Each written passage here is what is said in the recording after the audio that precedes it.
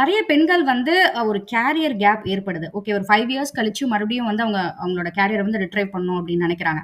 But ஆனா அவங்களுக்கு skill வந்து அப்டேட் ஆகல. அது கை குடுக்கல.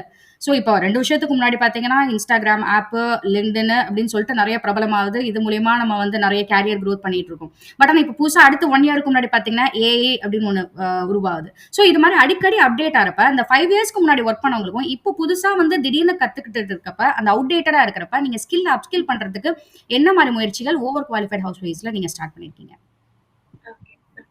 முதல்ல நம்ம வந்து ரீஸ்டார்ட் பண்ண போறோம் அப்படின்னா, இப்போ ஓவர் குவாலிஃபைட் ஹவுஸ் ஒய்ஃப்ஸ் வந்து கொஞ்சம் வித்தியாசமான பிளாட்ஃபார்ம். எதனால அப்படின்னா, நம்மளோட முன்னிறுத்தம் எதை முன்னிறுத்துறோம் அப்படின்னா flexibility of time and flexibility of place இருக்கக்கூடிய ஆப்பர்ச்சுனிட்டிஸை பொண்ணுங்களுக்கு நல்ல ஸ்கில்டான கிராஜுவேட் விமனுக்கு கொடுக்குறோம் அப்படிங்கிறது முதல் விஷயம். ரெண்டாவது விஷயம் வந்து நீங்க சொன்னது ரொம்ப உண்மை.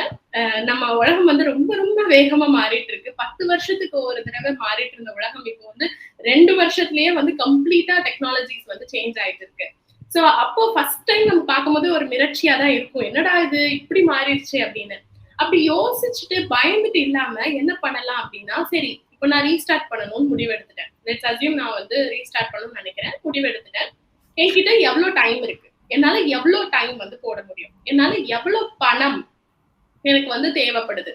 அண்ட் என்னால எவ்வளவு உழைப்பு அதை நோக்கி போட முடியும் அப்படிங்கிற இந்த 3 விஷயத்த நம்ம எழுதணும். லெட்ஸ் அஸ்யூம் எனக்கு வந்துட்டு என்னால ஒரு 3ல இருந்து 4 மணி நேரம் தான் என்னால போட முடியும். ஏன்னா எனக்கு ஒரு சின்ன குழந்தை இருக்கு. என்னால வீட்டை விட்டு வெளியில போக முடியாது. அதே மாதிரி எனக்கு வந்து ஒரு 20,000 அந்த மாதிரி எனக்கு பணம் வேணும்னு நான் நினைக்கிறேன். அண்ட் என்னால உழைப்பு வந்து எவ்வளவு நாளும் போடலாம். எப்படி டெட்லைன்ஸ் இருந்தாலும் நான் மீட் பண்ணிடுவேன். எவ்வளவு உழைப்புனாலும் போடுற ரெடியா இருக்கேன் அப்படின்னா, அதுக்கு ஏத்த மாதிரி என்ன ஸ்கில் செட் இருக்கு, அதுக்கு ஏத்த மாதிரி என்ன மாதிரியான இண்டஸ்ட்ரீஸ் எல்லாம் இருக்கு அப்படிங்கறது ஃபர்ஸ்ட் எக்ஸ்ப்ளோர் பண்ணணும். அந்த இண்டஸ்ட்ரியில அந்த ஸ்கில் செட்ல நம்ம நாலேஜ் வளர்த்துக்கணும். ஃபார் எக்ஸாம்பிள் டிஜிட்டல் மார்க்கெட்டிங் அப்படிங்கிறது ஒரு நல்ல ஒரு ஃபீல்டு. ஸோ அதுல நல்ல கோர் நாலேஜ் வளர்த்துட்டு நம்ம ஒரு குட்டி எக்ஸ்பீரியன்ஸ் கேதர் பண்ணிட்டோம் அப்படின்னா, ஃபிளெக்சிபிளான டைம்ல நிறைய கிளைண்ட்ஸுக்கு நல்ல பணமே வந்து இது பண்ண முடியும். ஒரு நாள் முழுக்க உட்கார்ந்துதான் பணம் பண்ணணும்ன்ற அவசியம் இல்லை. சோ எந்த மாதிரி நமக்கு என்ன வரும், எவ்வளவு நேரம் இருக்கு, எவ்வளவு பணம் வேணும், இதை முடிவு பண்ணிட்டு அதை பேஸ் பண்ணி நம்ம ஒரு ஸ்கில் செட்டை சூஸ் பண்ணி அதுல ஒரு 3ல இருந்து 6 மாசம் பணத்தை இன்வெஸ்ட் பண்ணணும், டைமை இன்வெஸ்ட் பண்ணணும், எனர்ஜியை இன்வெஸ்ட் பண்ணணும். ஏன்னா நிறைய நேரத்துல வந்துட்டு இங்க இதை நான் பதிவிடணும்னு நினைக்கிறேன்.